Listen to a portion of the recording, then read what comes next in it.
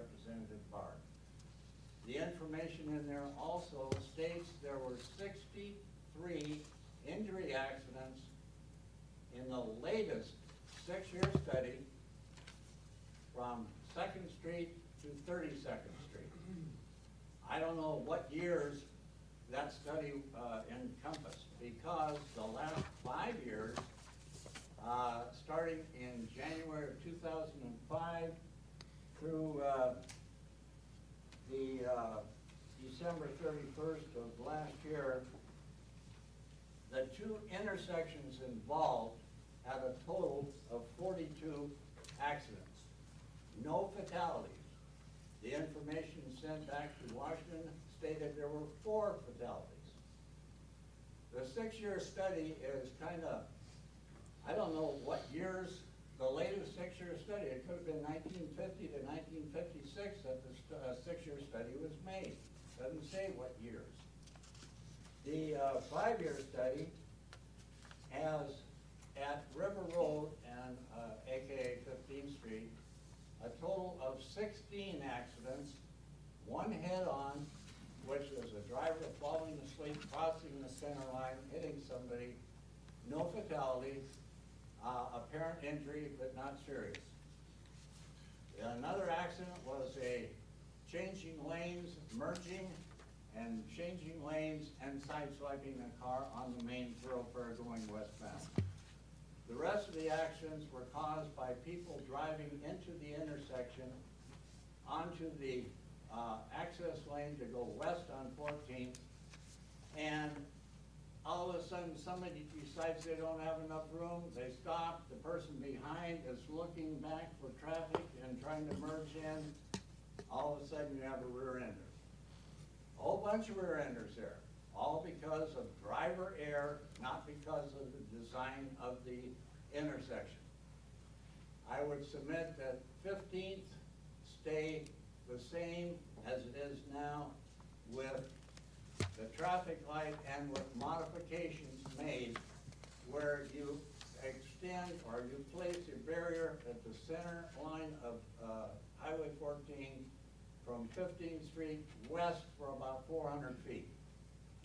This would then enable a longer collection lane to make your left turn, allowing through traffic, better visibility and better sight distance between that person and the car turning into a left turn lane to go straight through without slowing down.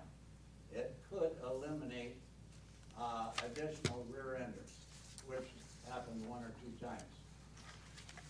The intersection at 32nd Street has 26 accidents. I would submit that you would close that intersection in the highway plan, putting a barrier all the way from 27th or as far as you want west, all the way east of 32nd for a good 400 or 500 feet. Jersey barrier or barrier that you cannot drive through.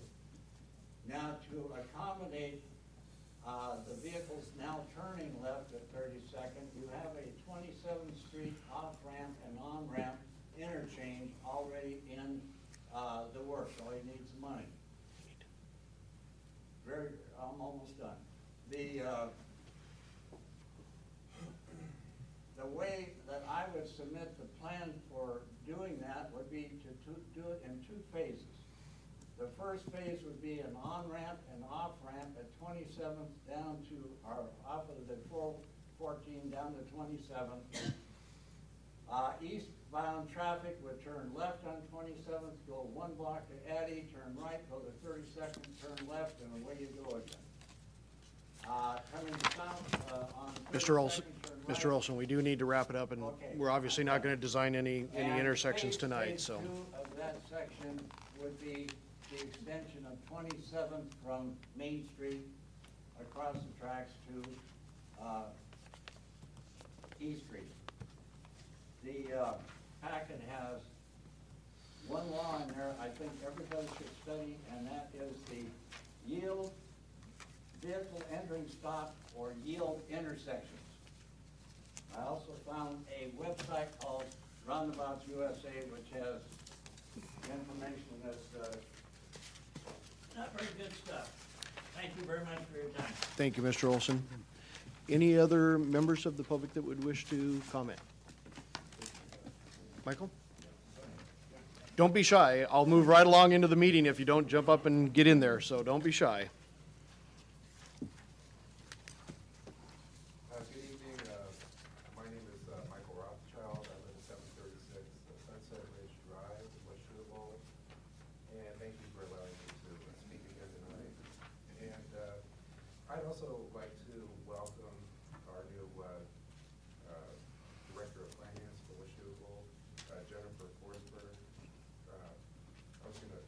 I don't know, maybe you're all aware, she made the front page of the Columbia Clark County newspaper last Wednesday, on the bottom of the front page.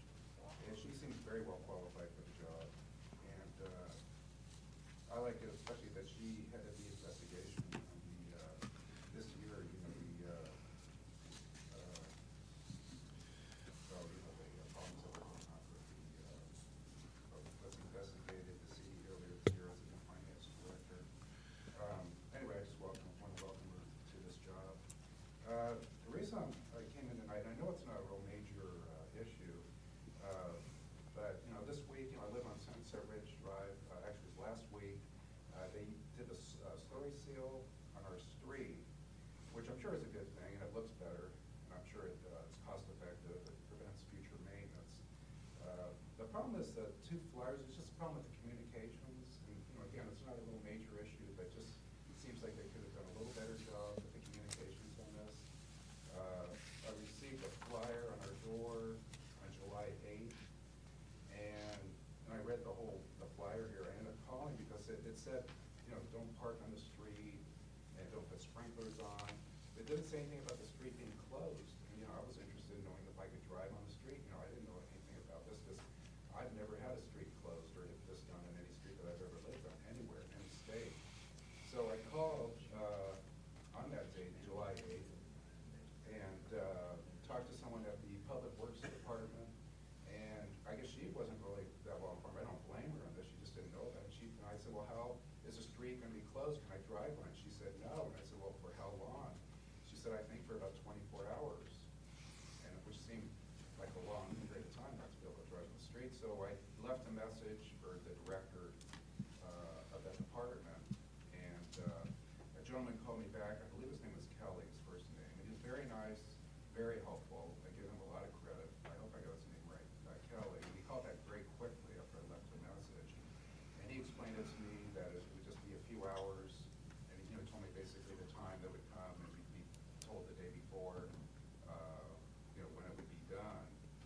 And it just seems like, that we could have been informed better. If you're going to put out the flyer, why not put on here that we won't be able to drive on the street for, whatever, 5, 6 hours, whatever it is. And I don't know if I'm the only one who had to call on this, but I wanted to know whether I could drive on it or what the situation was. So again, it's just a communication problem here. Then we received a second flyer, and this one's even, maybe I'm being a little bit of a nitpicky here, but on the 13th, July 13th, it said that our road is scheduled to be sealed. It said tomorrow, July 15th. I received this on the 13th. If it was tomorrow, it would